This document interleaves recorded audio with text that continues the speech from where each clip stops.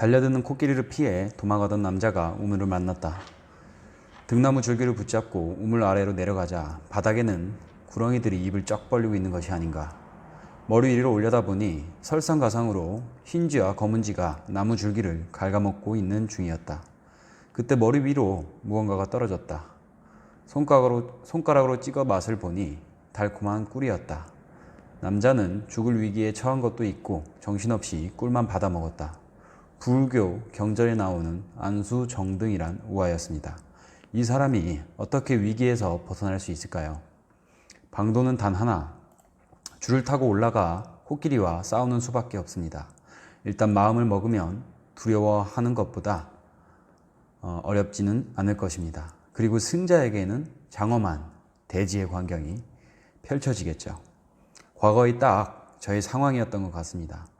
도전할 용기가 있다면 그닥 어렵지는 않았습니다. 안녕하세요. 냉동탑차 전문 화물차 창업 경영 컨설턴트 미스터 리입니다. 오늘은 운송 계약서에 대해서 설명드리도록 하겠습니다. 대표적인 계약서 중에는 위탁 계약서와 운송 계약서가 있습니다. 위탁 계약서는 영업용 넘버를 회사에게 빌리면서 작성하는 계약이라고 본다면, 운송 계약서는 당연히 거래처에 들어가서 거래처와 연결된 그 거래처를 관리하는 운수회사와의 계약이라고 볼 수 있습니다.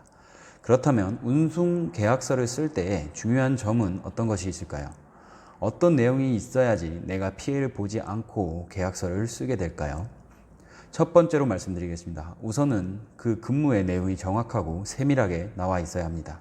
근무 시간과 휴무, 배송 품목, 배송 지역, 지입료, 관리비, 그리고 완제인지 무제인지, 완제일 경우 키로수당 연비를 매수로 잡아서 줄 건지 확인을 해야 하고, 그리고 그 부분에 따라 기름값의 차이가 많이 나기 때문에 리터당 기름 가격을 얼마로 책정하는지 또한 정확하게 나와 있으면 좋습니다.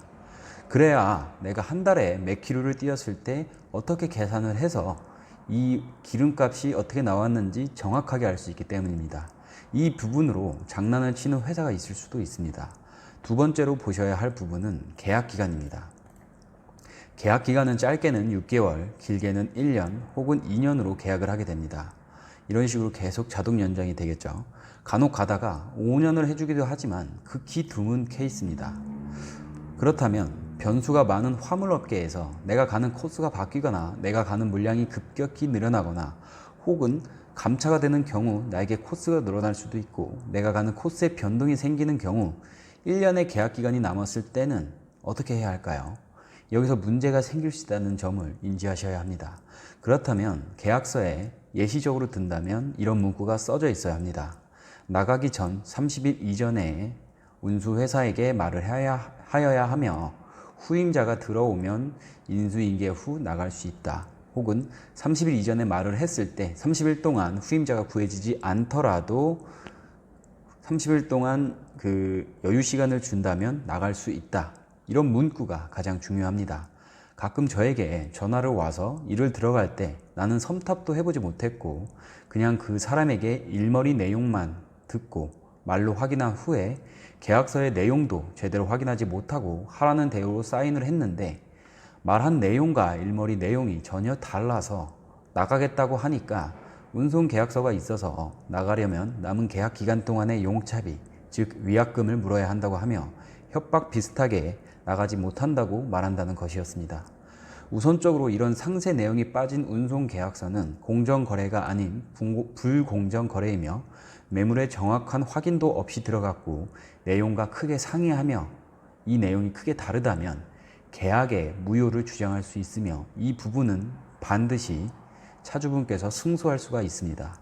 그러니까 운수회사에서 나가려면 너가 용처비를 물어라 라고 하더라도 운송 계약서에 이런 내용이 빠져 있다면 무효를 주장하시고 나가시면 됩니다. 언제 어느 때건 30일 이전에 말을 하고 나갈 수 있으며 후임자를 본인이 직접 구하고 인수인계 후에 나가실 수 있습니다.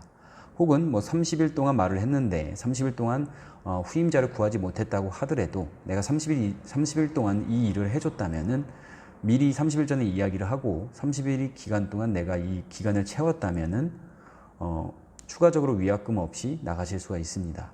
정확하게 살피셔서 피해 없도록 하시기 바랍니다. 이상입니다. 지식으로 정신을 무장하고 장점으로 돈을 벌어라. 냉동탑차 전문 화물차 창업 경영 컨설턴트 미스터 리였습니다. 좋아요와 구독, 공유, 알림 설정은 본인의 의사이며 강요가 아닙니다. 도움이 되셨다면 클릭 부탁드리겠습니다. 감사합니다.